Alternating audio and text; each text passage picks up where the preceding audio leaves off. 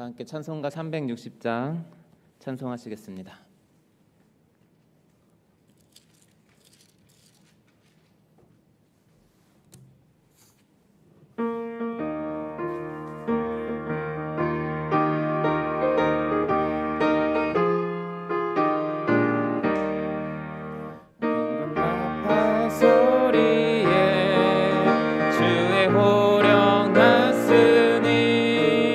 십자가의 금기를 높이 들고 나가세. 선한 싸움 다 싸우고 의의 면류관 받았으리라. 선한 싸움 다 싸우고 의의 면류관 예루살렘 성에서 면류관 받으리.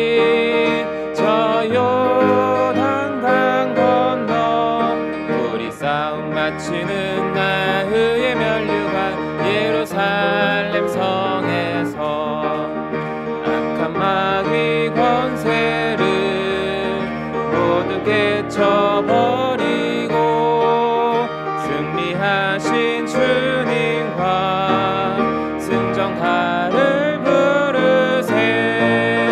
선한 싸움 다 싸우고 의의 면류관 받았으리라. 선한 싸움 다 싸우고 의의 면류관 예루살렘 성에서 면류관 받으리. 저 요단강 건너 우리 싸움 마치는 날 의의 면류관 예루살렘 성에서 갈 길 다가고 싸움 모두 마친 후 주와 함께 기쁨을 용사들아 누리세. 선한 싸움 다 싸우고 의의 면류관 받았으리라. 선한 싸움 다 싸우고 의의 면류관 예루살렘 성에서 면류관 받으리. 저 요단강 건너 우리 싸움 마치는 날 의의 면류관 예루살렘 성에서. 아멘. 시간이 되었으므로 주하게 맞추어 묵상기도 드리겠습니다.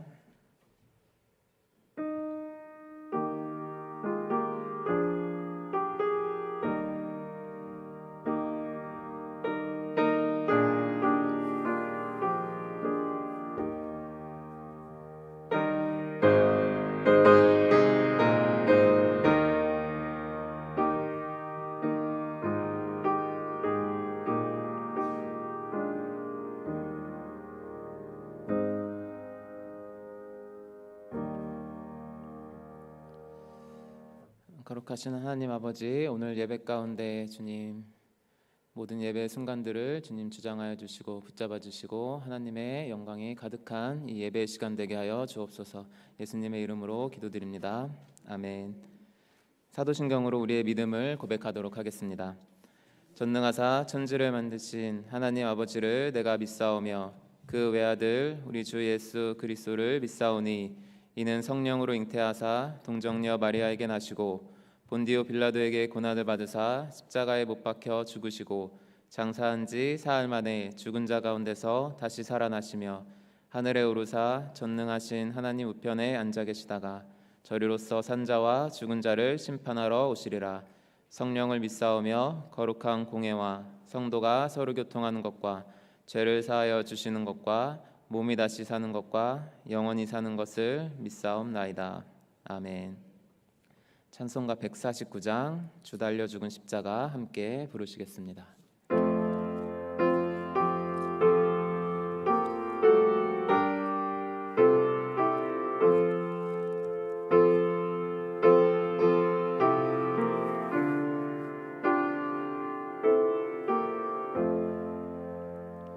주 달려 죽은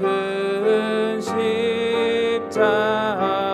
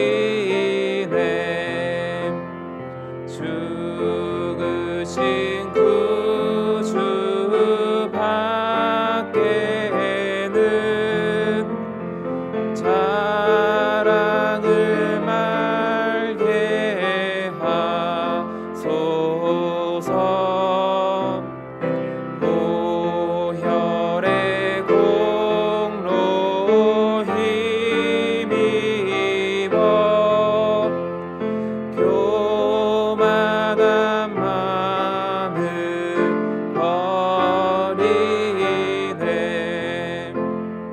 못 박힌 손발 보니 큰 자비 나타내셨네.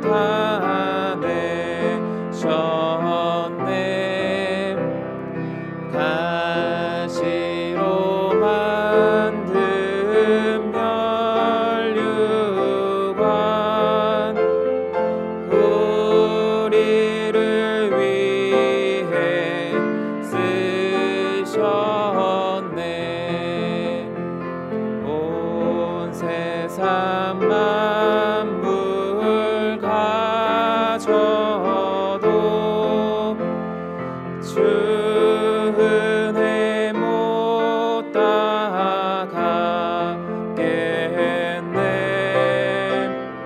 놀라운 사랑 받은 나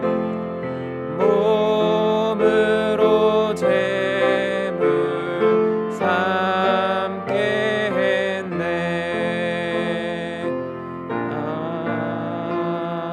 아멘. 이 시간 예배를 위해서 권호은 권사님 대표로 기도해 주시겠습니다.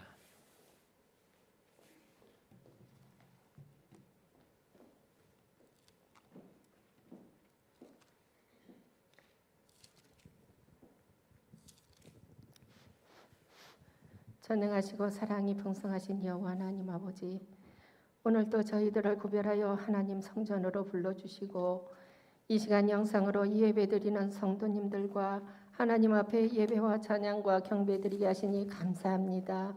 주님 홀로 영광 받으시옵소서.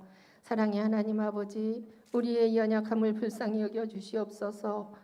주님의 십자가를 뒤로하고 세상의 달콤한 유혹 앞에 주님의 마음을 아프게 함을 용서하옵소서. 주님을 순종하며 선한 열매 맺는 우리 모든 성도들 되게 하여 주시옵소서. 교회의 모든 믿음의 권속들 가운데 복의 복을 더하여 주시옵고, 어려운 상황이지만 믿음을 잃지 않게 하시고 사랑으로 화목한 가정들 되게 하시옵소서. 역사의 주관자가 되시는 하나님 아버지, 이 나라 이 백성을 긍휼히 여겨 주시옵소서. 전 세계적으로 코로나19 변이 바이러스가 계속 확산되어 한 치 앞도 내다볼 수 없는 현실 속에 있습니다. 하나님 아버지, 세밀하게 간섭하여 주시고 속히 종식되어지게 하시옵소서. 지금은 이 나라가 혼란 속에 살아가고 있사오니 이 정체적인 어려움을 겪는 현실의 문제들을 속히 해결하여 주시옵소서. 이제 3월 9일에 대통령 선거가 있습니다. 온 국민들이 바로 보고 바로 듣고 하나님의 뜻이 무엇인지 구별하는 분별력을 허락하여 주시옵소서. 그리하여 살아 역사하는 하나님 나라 이루어 주시옵소서. 교회의 머리가 되시는 하나님 아버지, 우리 늘사랑교회가 50주년 희년의 해를 맞이할 수 있도록 인도하여 주심에 감사드립니다. 그리스도로 말미암아 하나 되는 교회, 말씀으로 움직이는 교회, 사랑과 교제와 전도가 살아 움직이는 따뜻한 교회 되게 하시옵소서. 우리 주변에 새로운 이웃들을 보내주심에 감사드립니다. 우리 늘사랑 커뮤니티 센터를 통하여 하나님을 알지 못하는 영혼들이 소통하게 하시고 복음을 받아 구원의 역사가 이루어지는 축복의 통로가 되게 하시옵소서. 우리 다음 세대를 질적으로 양적으로 부흥시켜 주옵소서. 주일학교가 점점 줄어들고는 있다지만 그렇다고 우리가 가만히 있으면 다음 세대는 없지 않습니까? 하나님, 성령의 불길로 일으켜 세워 주시옵소서. 교역자들과 교사들에게 성령 충만하게 하시고 아이들을 사랑하는 마음을 주시어 옳은 길로 인도하여 그리스도의 참빛으로 자라나게 하옵소서. 사랑하는 하나님 아버지, 우리 선교사님들을 기억하시고 선교지마다 하나님 나라가 이루어지게 하시옵소서. 선교사님들의 안전과 건강과 가정을 지켜주시고 물질적으로도 어려움 없게 풍성하게 채워주옵소서. 우리 연약한 환우들이 질병 앞에서 좌절하지 않게 하시고 빛 대신 하나님만 의지하며 고침받고 깨끗이 회복되어지게 하시옵소서.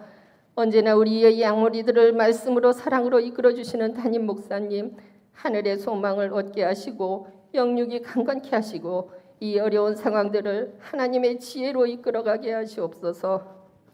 담임 목사님을 보필하시며 사역하시는 부교역자님, 전도사님, 보이지 않는 곳에서 이름 없이 예배를 돕는 모든 분들께 하나님의 놀라운 축복과 은혜 내려 주시옵소서. 오늘도 단위에 세우신 오진성 목사님, 그리스도와 연합된 우리라는 말씀을 선포하실 때 성령 충만케 하시고 듣는 모든 성도들은 마음이 열리고 기쁨이 충만한 은혜의 시간 되게 하시옵소서. 늘 기쁨 찬양대의 아름다운 찬양을 흠량하시고 목소리와 마음이 하나 되어 기쁨으로 드려지기를 원합니다. 모든 찬양대원들의 삶이 하나님의 도구로 사용되게 하시고 하늘의 축복으로 채워 주시옵소서. 귀한 이 시간 우리의 삶에 주님 동행하여 주시고 우리의 소망 되시고 생명 되시는 예수님의 이름으로 기도합나이다. 아멘.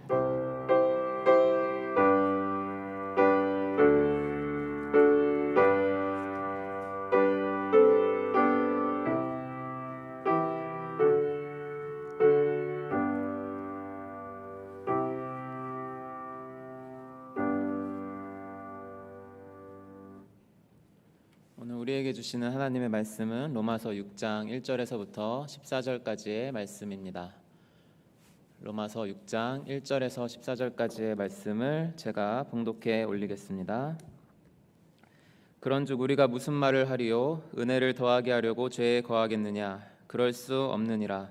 죄에 대하여 죽은 우리가 어찌 그 가운데 더 살리요?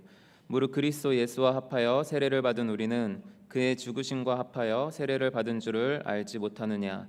그러므로 우리가 그의 죽으심과 합하여 세례를 받음으로 그와 함께 장사되었나니 이는 아버지의 영광으로 말미암아 그리스도를 죽은 자 가운데서 살리심과 같이 우리도 또한 새 생명 가운데서 행하게 하려 함이라. 만일 우리가 그의 죽으심과 같은 모양으로 연합한 자가 되었으면 또한 그의 부활과 같은 모양으로 연합한 자도 되리라. 우리가 알거니와 우리의 옛사람이 예수와 함께 십자가에 못 박힌 것은 죄의 몸이 죽어 다시는 우리가 죄에게 종노릇하지 아니하려 함이니 이는 죽은 자가 죄에서 벗어나 의롭다 하심을 얻었음이라. 만일 우리가 그리스도와 함께 죽었으면 또한 그와 함께 살 줄을 믿노니 이는 그리스도께서 죽은 자 가운데서 살아나셨음에 다시 죽지 아니하시고 사망이 다시 그를 주장하지 못할 줄을 알미로라. 그가 죽으심은 죄에 대하여 단번에 죽으심이요 그가 살아계심은 하나님께 대하여 살아계심이니 이와 같이 너희도 너희 자신을 죄에 대하여는 죽은 자요 그리스도 예수 안에서 하나님께 대하여는 살아있는 자로 여길지어다. 그러므로 너희는 죄가 너희 죽을 몸을 지배하지 못하게 하여 몸의 사욕에 순종하지 말고 또한 너희 지체를 불의의 무기로 죄에게 내주지 말고 오직 너희 자신을 죽은 자 가운데서 다시 살아난 자 같이 하나님께 드리며 너희 지체를 의의 무기로 하나님께 드리라. 죄가 너희를 주장하지 못하리니 이는 너희가 법 아래 있지 아니하고 은혜 아래에 있음이라. 아멘.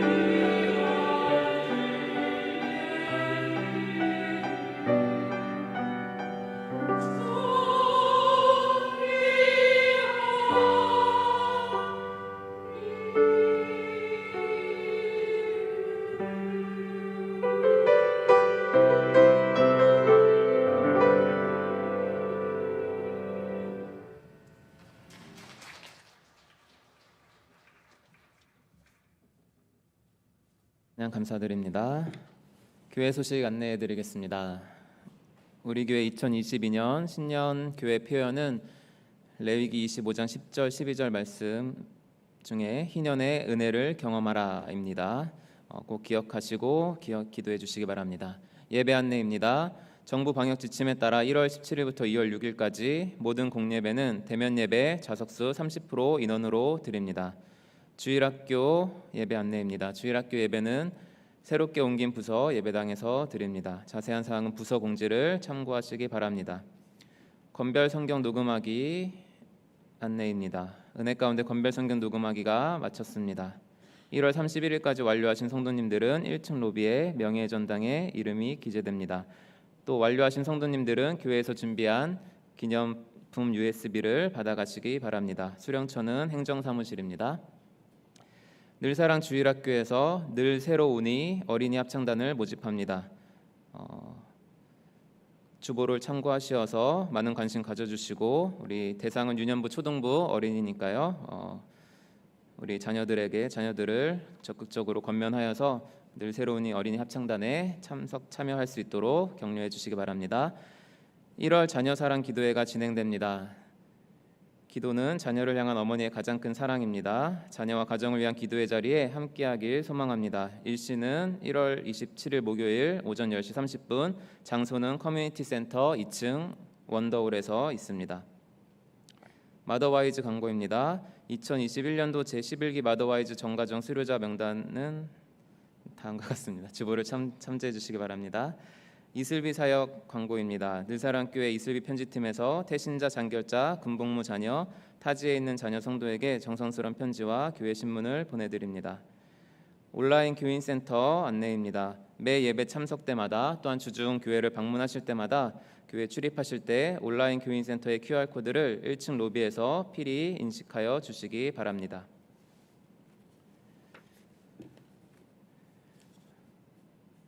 구복순 집사님 맞으시죠? 권사님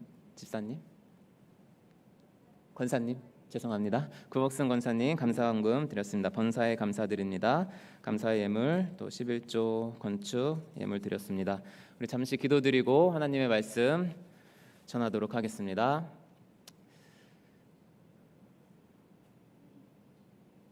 항상 기뻐하라 쉬지 말고 기도하라 범사에 감사하라 이는 우리 주 예수 그리스도 안에서 너희에게 향하신 하나님의 뜻이니라. 주님 말씀하신 것처럼 하나님의 뜻에 따라 범사에 감사하여 드린 손길이 있습니다. 아버지 하나님, 권사님 가정 가운데 권사님의 삶 가운데 늘 감사의 고백이 넘치게 하옵시고 아울러서 우리 모든 늘사랑교회 우리 성도들도 늘 주님의 뜻 안에서 항상 기뻐하고 쉬지 말고 기도하고 범사에 감사하는 삶을 살아갈 수 있도록 주의 성령께서 함께하여 주옵소서. 감사드리며 예수님의 이름으로 기도드립니다. 아멘. 샬롬, 평안하시지요? 네, 평안합니다. 우리는 엄청난 특권으로 이러한 혼란스러운 시대 속에서도 그리스도 안에서 평안을 누릴 수 있는 특권을 받았습니다. 그리고 그 특권 가운데 이곳 가운데 나와서 또한 평안 가운데 말씀을 듣는 줄 믿습니다. 물론 우리가 평안하지만 그리스도 안에서 평안하지만 우리는 고민이 있죠. 우리 성도님들은 어떤 고민으로 요즘을 살아가고 계신 줄 모르겠습니다. 네, 궁금하네요. 들어보고 싶은데 못 듣겠죠. 네. 이제 익숙합니다. 제가 유년부 때는 이렇게 질문을 던지면 아이들이 손을 들고 대답해가지고 이렇게 작년 설교 나와서 대답 없는 곳에서 반응 없는 곳에서 설교하는 게 좀 어려웠었는데 이제 중등부로 옮기다 보니까 이제 중등부도 네, 애들이 벽이에요. 애들이 벽이어서 어떤 말을 해도 잘 반응을 쉽게 안 하더라고요. 그래서 열심히 설교 때 막 쇼를 하면서까지 열심히 아이들의 반응을 이끌어내려고 노력하고 있습니다. 결국 제 독백이 되겠죠. 우리 성도님들은 어떤 고민을 하고 있습니까? 저는 요즘에 고민하고 있는 것이 있습니다. 고민하고 있는 것은 뭘까요? 제가 고민하고 있는 것은 제가 안 그래도 이 수요 예배 때 설교하면서 가장 짧게 말씀을 전하는 걸로 좀 찍힌 것 같은데 담임 목사님한테 오늘 그 기록을 갈아치우면 어떻게 하나 하는 이 고민을 제가 또 하고 있습니다. 왜 그런 고민을 하게 됐냐면 오늘 말씀을 준비하는 시간은 거의 사실 그렇게 차이가 없었는데 이게 잘 안 풀리더라고요. 혼란이 좀 있더라고요. 그런데 그 혼란을 어떻게든 해결하고 와서 딱 하고 싶었는데 솔직히 말씀드리면 아직도 혼란이 사실 조금 남아 있는 거 그거를 좀 양해를 부탁드리고요. 그거를 감안해 주시고 오늘 말씀을 제가 준비한 만큼 담대하게 선포해 보도록 하겠습니다. 작년에 넷플릭스에서 작년 말에 오징어 게임과 더불어서 지옥이라는 드라마도 이렇게 한때 좀 핫했던 적이 있었습니다. 저도 작년에 봤었는데요. 좀 잔인하고 되게 드라마 자체가 엄청 암울해요. 보신 분들이 있으시면 아시겠지만 그 내용을 자세히 설명드리진 않겠고 그 가운데서 한 가지 대사가 저의 마음에 탁 기분을 언짢게 좀 했던 부분이 있었습니다. 그게 어떤 대사였냐면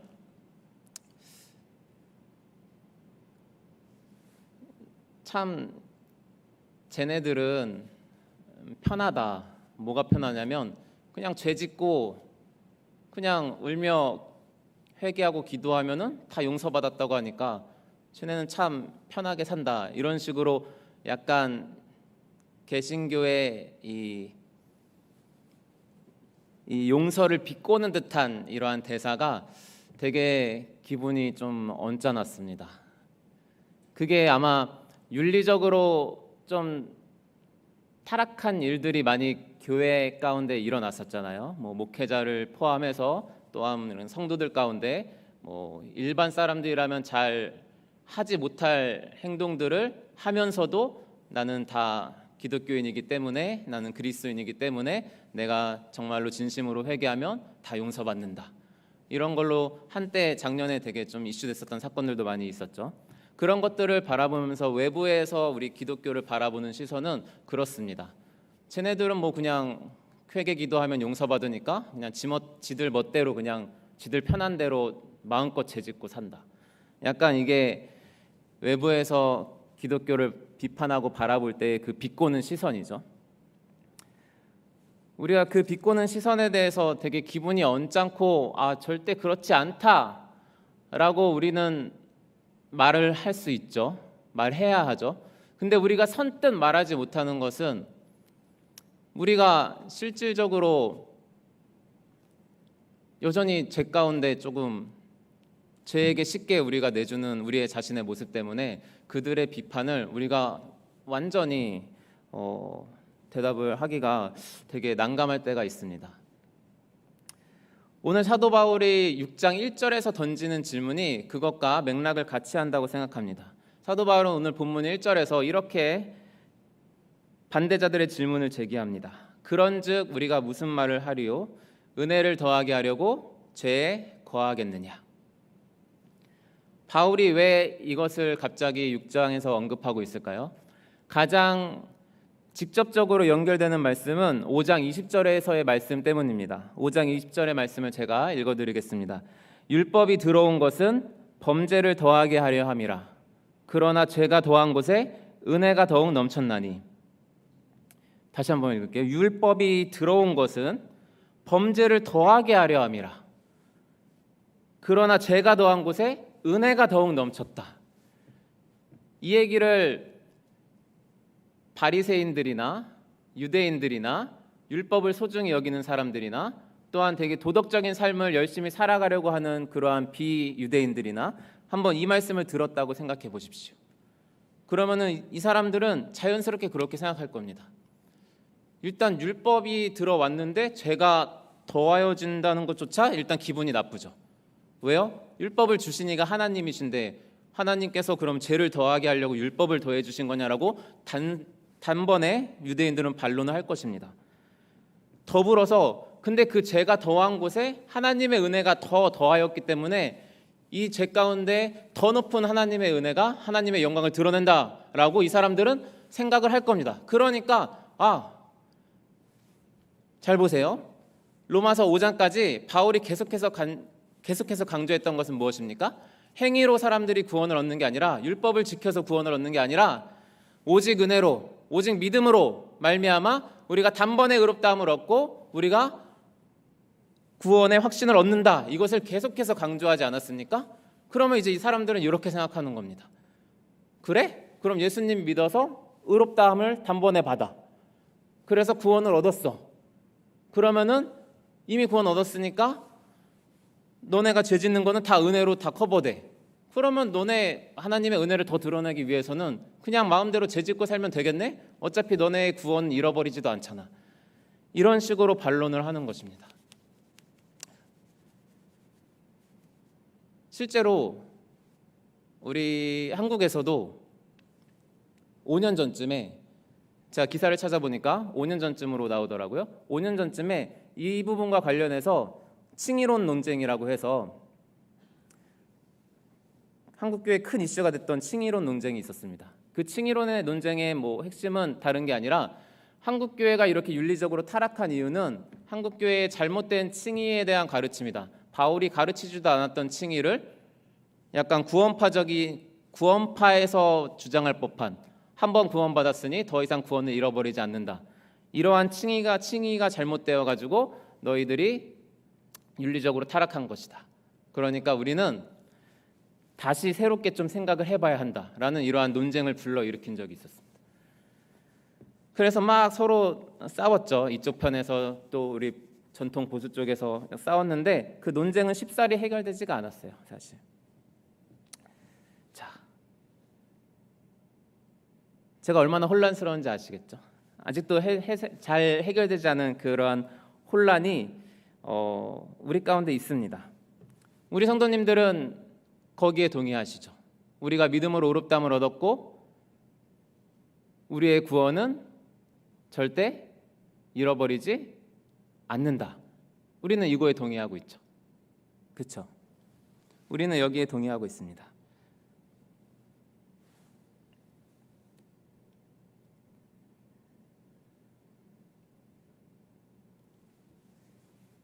그러면 우리의 칭의 이후에 우리가 죄를 짓는 문제에 대해서는 우리가 어떻게 생각해야 할까요? 혹시 이런 고민을 해보신 적이 없습니까? 내가 정말 그리스도인이 맞나?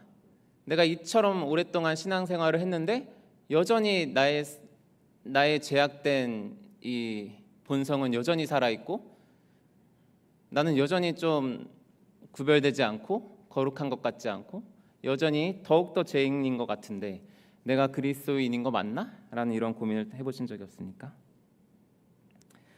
오늘 이러한 모든 것에 대한 질문에 대하여서 오늘 본문 가운데 사도 바울은 우리에게 확실하게 그 문제에 대해서 대답해주고 있습니다. 그래서 오늘 이 6장의 말씀은 정말 중요합니다. 이것을 우리가 어떻게 이해하는지에 따라서 우리의 그 칭의의 문제, 우리의 성화의 문제, 우리의 구원의 문제, 이 모든 것들이 정말 명쾌하게 하나님의 말씀 안에서 세워질 것이라 생각하고 우리의 삶도 그에 따라 변화될 것이라고 믿고 있습니다. 그래서 오늘 사도 바울은 이렇게 본문의 구조를 이렇게 하고 있습니다. 1절에서는 반대자들의 질문을 던졌죠. 그런 다음에 2절에서 그거에 대한 완전한 대답을 합니다. 그리고 3절부터 11절까지 그 대답에 대한 부연 설명을 또 추가적인 상세한 설명을 11절까지 교리적인 설명을 합니다. 그런 다음에 마지막 12절 14절에서 그 교리에 합당한 적용, 권면을 함으로써 우리에게 말씀해주고 있습니다.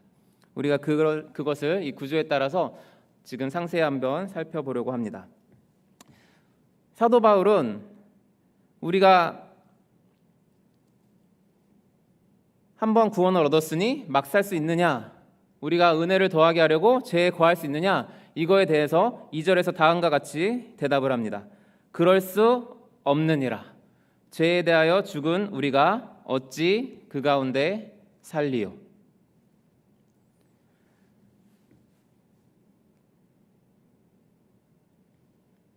다시 한번요. 뭐라고요? 그럴 수 없느니라. 죄에 대하여 죽은 우리가 어찌 그 가운데 더 살리요?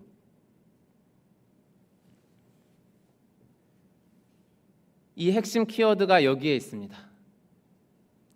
죄에 대하여 죽은 우리가 어찌 그 가운데 더 살리요? 그런데 이제 이것이 좀 여기에서 해석자들 간의 차이가 있어서 여기에서 사실 좀 혼란이 있습니다. 일단 이거를 해석하는 사람들의 의견을 좀 몇 가지를 제시하도록 하겠습니다. 여기에서 우리가 이제 직관적으로 딱 느껴지는 것은 우리가 죄에 대하여서 죽었다고 하니까 그냥 직관적으로 딱 여러분들도 처음 그렇게 떠올리실 것 같은데, 죄에 대하여서 죽었다. 이거는 우리가 더 이상 죄짓기를 원치 아니하고 죄가 우리에게 영향을 미치지 못하는 것이다. 그냥 직관적으로는 이렇게 생각할 수가 있습니다. 또는 이렇게 생각할 수가 있겠죠. 죄에 대해서 죽었으니까 우리가 더 이상 죄를 지어서는 안 된다는 뜻이다. 또는 이거는 죄로부터 서서히 떠나가는 것이다. 아니면 이것은 우리가 세례 받을 때에 우리가 이전에 지었던 죄들을 고백하고 그 죄들을 버렸던 것처럼 이거는 우리의 죄들을 다 버리는 것을 의미한다. 자, 이 중에서 죄를 대하여 죽었다는 것에 올바른 해석이 있을까요? 저는 이 가운데는 온전히 담아낸 해석은 없다고 생각합니다. 왜 그런가 하면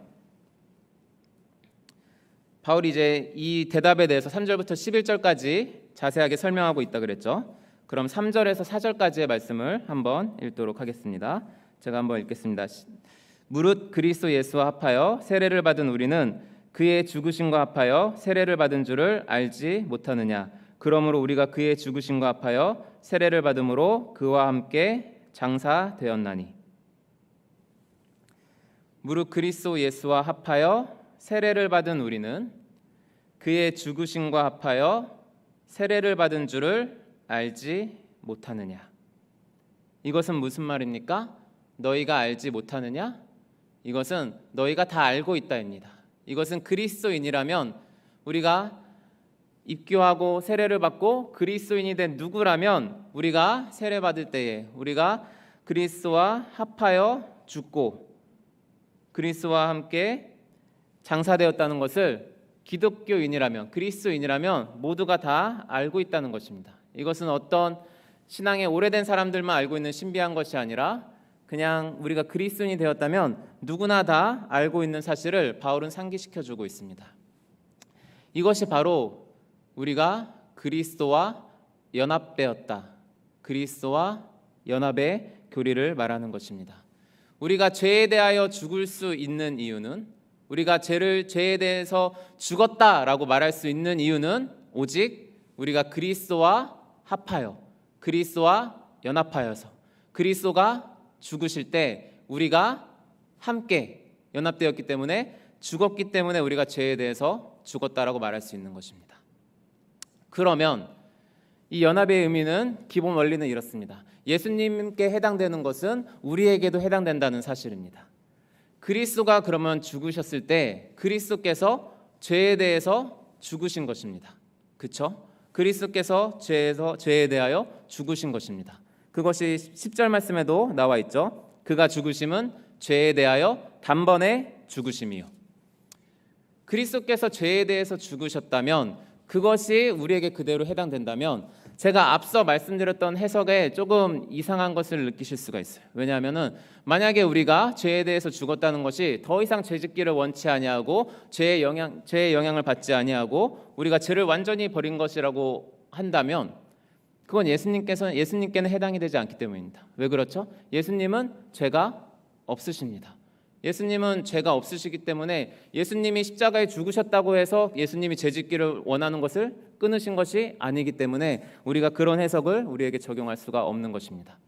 그럼 우리가 적용할 수 있는 해석은 마지막 한 가지밖에 없다고 생각하는데, 우리가 죄에 대해서 죽었다는 것은 우리가 더 이상 죄의 세력에 있지 않다는 것입니다. 죄의 지배 아래 있지 않다는 것입니다. 그러면 이렇게 또 반문하실 수 있겠죠. 예수님이 언제 죄의 세력 아래 있었냐? 예수님이 언제 죄의 지배 아래 있었냐? 이렇게 반문하실 수가 있을 줄이라 생각합니다. 그런데 예수님께서 죽으셨다는 것 자체가, 예수님께서 원래 영광 중에 계셨죠. 전혀 죽으실 필요도 없으신 분이, 그렇죠?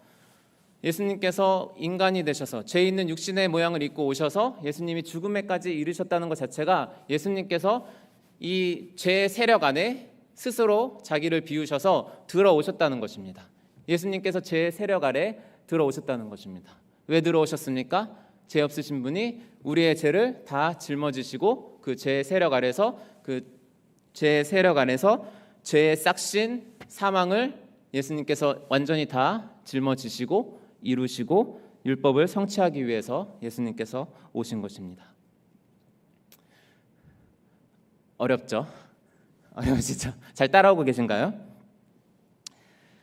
그러므로 우리가 죄에 대해서 죽으셨다는 것, 그리스도께서 죄에 대해서 죽으셨다는 것은 더 이상 죄의 세력이 그리스도께 뭐라고 할 수 없는 것입니다. 또한 더불어서 그리스도와 연합된 우리에게도 죄는 더 이상 지배할 수 없고 죄의 세력이 우리를 그 안에 가두어둘 수 없다는 것입니다.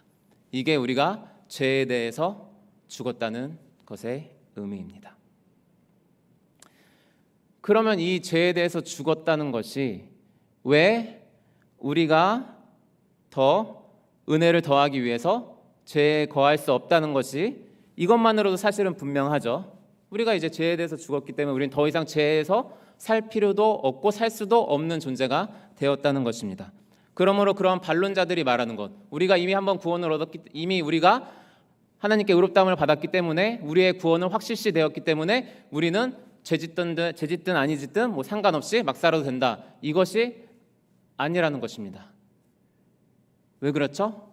죄에 대해서 죽었기 때문입니다. 그리고 이 죄에 대해서 죽음은 그것으로 끝나지 아니하고 반드시 다음 걸로 이어지는데 부활로 이어지는 것을 우리가 확인할 수 있습니다. 우리가 4절 하반절 그리고 5절 제가 한번 읽어드리도록 하겠습니다. 하반절입니다. 이는 아버지의 영광으로 말미암아 그리스도를 죽은 자 가운데서 살리심과 같이 우리로 또한 새 생명 가운데서 행하게 하려 함이라. 만일 우리가 그의 죽으심과 같은 모양으로 연합한 자가 되었으면 또한 그의 부활과 같은 모양으로 연합한 자도 되리라.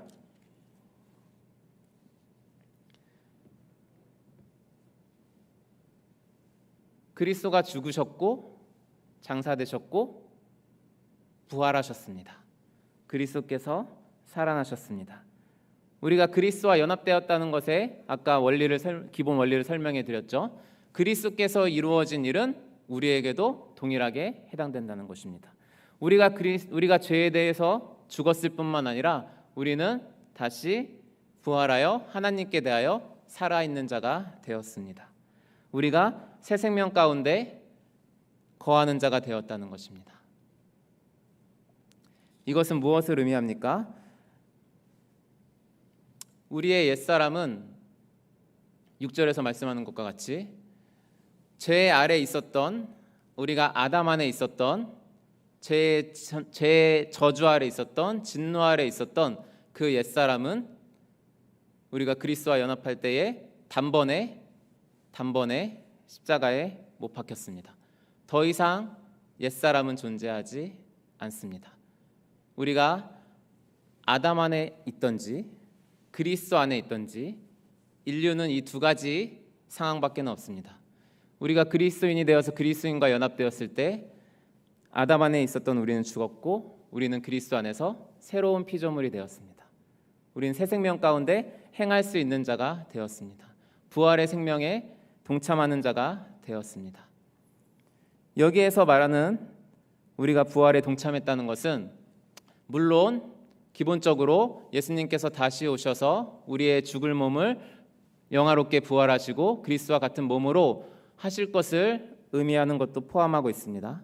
그러나 지금 우리가 바울 사도가 더 강조하고 더 여기서 말하고 있는 것은 지금 우리가 새 생명 가운데 살게 되었고 지금 우리가 죄에서 자유롭게 죄를 짓지 않고 살아갈 수 있게 된 신분으로 변화되었다는 것입니다.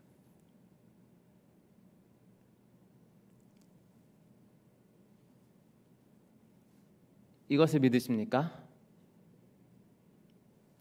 이것을 믿으셔야 합니다. 우리가 먼 미래에 완전히 우리가 죄와 분리될 때가 있겠죠. 지금은 우리 안에 여전히 옛사람은 우리가 죽었다 고백했지만 그 죄의 본성이 우리 가운데 남아 있습니다. 죄의 본성은 여전히 남아 있고 우리가 죄의 세력 아래 없음에도 불구하고 사단은 계속 우리를 기만하여서 우리를 마치 죄의 노예처럼 부리려고 합니다. 그러나 그것은 다 사단의 기만이죠. 다 거짓이죠. 우리의 옛사람은 이미 죽었고 우리는 이미 죄에 대해서 죽었습니다. 나중에 8장에서 가면은 우리는 그리스도 안에 있을 때 결코 정죄함이 없다라고까지 선포하고 있습니다. 그러므로 우리는 죄에서 종노릇하지 않을 수 있는 존재가 되었다는 것입니다. 우리는 이미 은혜의 왕노릇 안에, 은혜의 영역 안에 들어왔습니다. 그렇기 때문에 우리는 지금 우리도 우리 안에 여전히 죄의 본성이 남아있다 할지라도 우리는 그거에 대해서 그 죄의 명령에 대해서 거부할 수 있는, 저항할 수 있는 그러한 존재가 그리스도 안에서 되었다는 것입니다.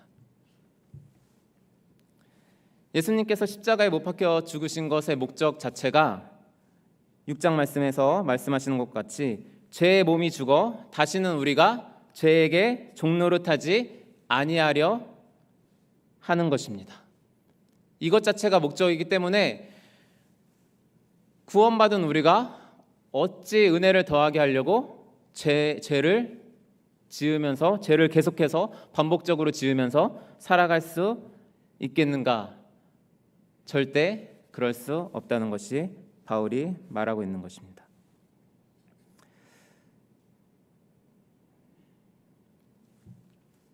그리스도와 함께 죽고 그리스도와 함께 다시 살았습니다. 우리는 죄에 대해서 단번에 죽고 하나님께 대하여 산 자가 되었습니다. 그런데 이것을 왜 계속 반복해서 말하고 11절에서는 이 교리를 마무리하는 지점에서 바울은 이렇게 말하고 있습니다. 이와 같이 너희도 너희 자신을 죄에 대하여는 죽은 자요 그리스도 예수 안에서 하나님께 대하여는 살아있는 자로 여길지어다. 이상하지 않습니까? 바울은 이미 2절에서 우리가 죄에 대해서 죽었다, 우리 죄에 대해서 죽었다라고 이렇게 선포해 놓고 11절에 와서 너희 자신을 죄에 대하여는 죽은 자요 죽은 자로 여기라, 그리스도 예수 안에서 하나님께 대하여는 살아있는 자로 여기라. 왜 여기라라고 이렇게 말씀하고 있는 것일까요? 그 이유는 다름이 아니라 우리는 하나님의 말씀을 믿기보다 다른 말에 더 귀를 기울이기 때문입니다. 하나님은 분명히 그리스도 안에서 그리스도와 연합된 우리가 죄에 대해서 죽은 자로 선포하고 계십니다. 이것이 하나님의 순전한 말씀입니다. 이 하나님의 말씀을 믿기만 하면 우리의 삶은 정말 그 율법주의자들보다 도덕주의자들보다 훨씬 더 거룩한 삶으로 우리가 나아갈 수 있습니다. 그러나 우리는 이것을 하나님의 말씀을 고지곳대로 믿지 못합니다. 왜요? 우리 안에 여전히 죄성이 남아있기 때문입니다. 우리 안에 여전히 죄성이 남아있고 우리는 쉽게 우리의 몸을 죄에게 맡깁니다. 그러다 보니까 우리가 죄에 대해서 죽었다는 것을 우리는 믿지 못하는 거예요. 하나님께서는 분명히 우리가 죄에 대해서 죽은 자라고 말하고 있는데 우리는 그렇지 않습니다. 여전히 나는 죄입니다. 나는 여전히 죄에 대해서 살아있어요 하는 게 우리의 느낌이요, 우리의 감각이요, 실제 우리가 바라볼 때에 우리의 현실이 그렇기 때문에 우리는 도무지 그거를 믿지 않는다는 것입니다. 그러나 우리가 할 일은 하나님의 말씀을 그대로 믿는 것입니다. 마치 아브라함에게 하나님께서 99세에 찾아오셔서 너가 아들을 낳을 것이라. 근데 그때 아브라함의 그 주관적인 느낌은 무엇이었습니까? 이미 아브라함의 아브라함은 죽었죠. 생명을 잉태할 수 없는 상황이었죠. 사라도 폐경이 되었던 상황이었습니다. 이 현실적인 상황을 볼 때는 도저히 하나님의 말씀을 믿을 수 없는 상황이었죠. 그러나 아브라함은 하나님의 말씀을 그대로 믿었습니다. 마찬가지로 아브라함의 자손인 우리는, 그리스도 안에 있는 우리는 하나님의 말씀하신 그대로 믿어야 합니다. 그리스도 안에서 우리가 죄에 대해서 죽었습니다. 죄의 지배 아래서 우리는 벗어났습니다. 더 이상 죄가 우리를 노예 삼을 수 없습니다.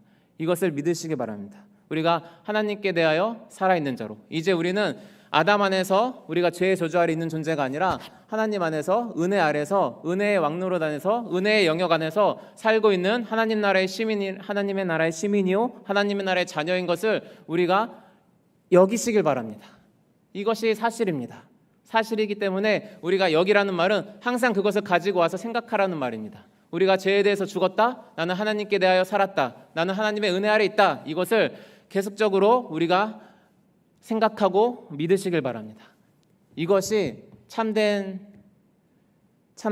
성화에 이르는 길입니다. 그러므로 이 모든 교리적인 것을 바탕으로 이제 12절 14절에서 바울은 권면을 하고 있는 것입니다. 이 바울의 권면을 저도 동일하게 권면을 하고 말씀을 마무리하도록 하겠습니다. 12절 14절 말씀을 보겠습니다. 제가 읽도록 하겠습니다. 그러므로 너희는 죄가 너희 죽을 몸을 지배하지 못하게 하여 몸의 사욕에 순종하지 말고, 또한 너희 지체를 불의의 무기로 죄에게 내주지 말고, 오직 너희 자신을 죽은 자 가운데서 다시 살아난 자 같이 하나님께 드리며 너희 지체를 의의 무기로 하나님께 드리라. 죄가 너희를 주장하지 못하리니 이는 너희가 법 아래에 있지 아니하고 은혜 아래에 있음이라. 이것이 사도 바울이 로마 교인들에게 주었던 권면이고 오늘날 우리들에게 주는 권면입니다. 여전히 죄는 마치 자기가 우리의 왕인 것처럼, 절대 아니지만 왕인 것처럼 우리 안에서 우리의 몸을, 우리의 지체들을 불의한 일에, 내어주는 일에 현혹시키고 기만하고 유혹하고 있습니다. 죄의 본성이 남아있는 우리들은 언제든지 그런 거에 내어줄 때가 많죠. 우리의 지체를 불의의 무기로 내어줄 때가 많습니다. 하나님의 뜻을 대적하는 일에 우리의 지체를 사용할 때가 많습니다. 이 지체는 무엇입니까? 이러한 우리의 육체의 손과 발, 머리 이런 것뿐만 아니라 우리 안에 있는 생각, 우리의 감정, 우리가 가진 힘, 우리가 가진 능력, 또 우리가 소유하고 있는 이 모든 것들을 다 아우르는 것입니다. 이러한 모든 것들이 신분이 변화된 우리는 하나님께 모두 드릴 수 있습니다. 우리의 생각을 하나님께 드릴 수 있고요, 우리의 감정을 하나님께 드릴 수 있고, 우리의 손과 발, 우리의 마음, 우리의 모든 것을, 우리의 자신을 전부를 하나님께 드려서 하나님께서 하고 계시는 죄악된 권세를, 마귀의 권세를 멸하시고 사망의 권세를 멸하시고 이 모든 원수를 멸하시는 이 하나님의 일에서, 하나님의 전쟁에서 의의 무기로서 우리를 드릴 수 있는 존재가 우리는 되었습니다. 그러므로 드리시길 바랍니다. 하나님께 우리의 모든 것을, 우리의 자신을 전부를 드리시길 바랍니다. 이것이 사도 바울이 주는 권면이고, 또 앞서 말한 것처럼 더 이상 우리가 죄의 종이 아닙니다. 죄의 노예가 아닙니다. 우리가 어쩔 수 없이 죄를 지었다 이렇게 말씀은 하지 마십시오. 우리는 어쩔 수 없이 지은 것이 아닙니다. 자유인이 된 우리가 죄를 지을 때는 우리가 그 죄를 사랑하고 그 죄를 더욱더 좋아해서 하나님의 말씀보다 사랑해서 우리는 짓는 것뿐입니다. 이 예화를 드리고 마치기를 원합니다. 마틴 로이드 존스 목사님이 우리가 이 죄의 노예에 해방됐음에도 불구하고 여전히 죄의 종로를 타려는 이 경향에 대해서 이러한 비유로서, 이러한 예화로서 생생하게 예증을 들은 것이 있습니다. 읽어드리겠습니다. 약 100년 전 미국의 가련한 노예들의 경우를 생각해보자. 그들은 노예 상태였다. 이윽고 남북전쟁이 발발하여 그 결과로 미국의 노예제는 폐지되었다. 하지만 실제로 어떤 일이 벌어졌는가? 젊건 늙었건 상관없이 모든 노예들에게 자유가 주어졌지만 오랜 세월 노예로 지내온 많은 노인들은 자신들의 새로운 신분을 이해하기 힘들었다. 노예제는 사라졌고 그들은 자유의 몸이 되었다는 선포를 들었다. 하지만 그들은 남은 생애 동안 수천 번까지는 아니겠지만 수백 번 이상 그 말을 들었어도 이해할 수 없었다. 그래서 옛날 주인이 다가오면 벌벌 떨거나 겁내면서 혹시 자신이 다시 팔리는 것은 아닌지 미심쩍어했다. 당신도 법적으로는 더 이상 노예가 아닌데 경험적으로는 여전히 노예라고 느낄 수 있다. 당신이 어떻게 느끼고 무엇을 경험하든 하나님은 말씀을 통해 우리가 그리스도 안에 있으면 더 이상 아담 안에 있지 않고 죄의 지배와 통치 아래 있지 않다고 말씀하신다. 내가 죄에 빠진다면 그것은 단지 내가 누구인지 모르기 때문이다. 그것을 깨달아라. 그것을 생각하라.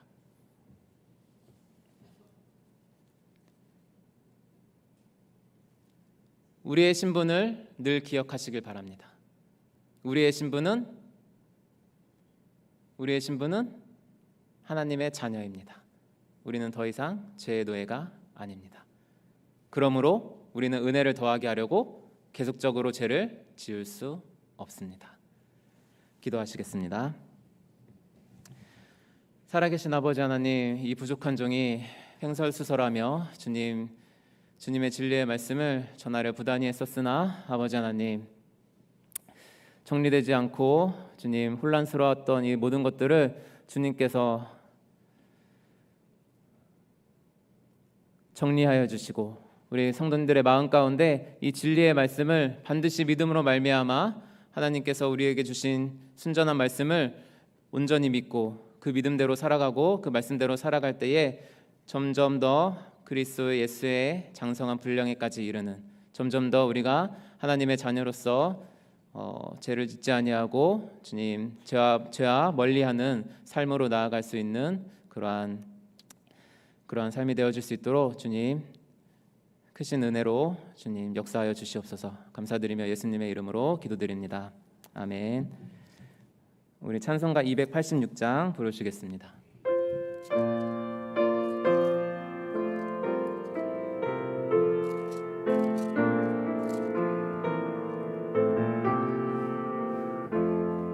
주 예수님 내 맘에 오사 날 붙들어 주시고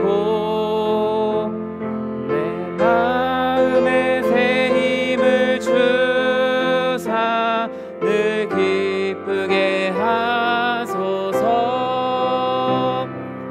사랑의 주 내 맘속에 찾아오사 내 모든 죄 사하시고 내 상함만 고치소서. 주 예수님 내 맘에 오사 내 소원 다하시고 내 무거운 짐 맡아주사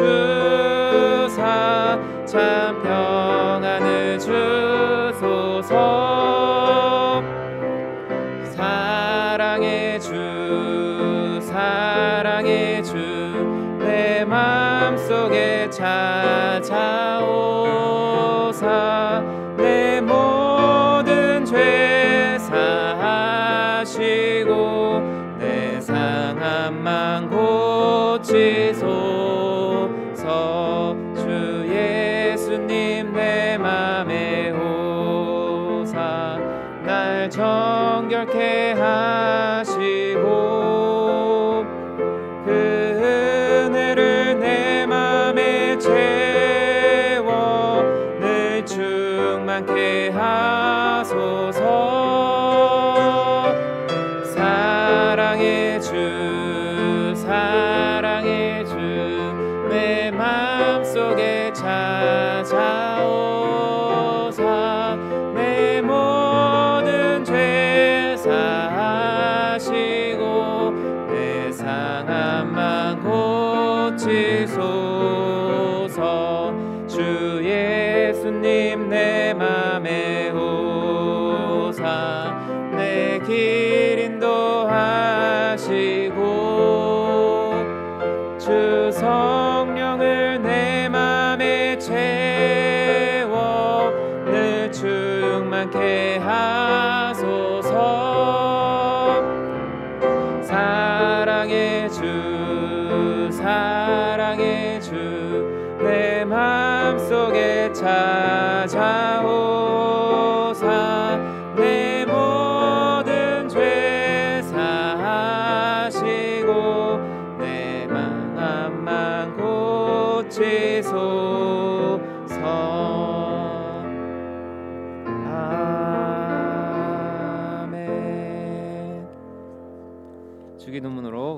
바치겠습니다. 하늘에 계신 우리 아버지여, 이름이 거룩히 여김을 받으시오며 나라의 임하옵시며 뜻이 하늘에서 이룬 것 같이 땅에서도 이루어지이다. 오늘날 우리에게 일용할 양식을 주옵시고 우리가 우리에게 죄 지은 자를 사하여 준 것 같이 우리 죄를 사하여 주옵시고 우리를 시험에 들게 하지 마옵시고 다만 악에서 구하옵소서. 대개 나라와 권세와 영광이 아버지께 영원히 있사옵나이다.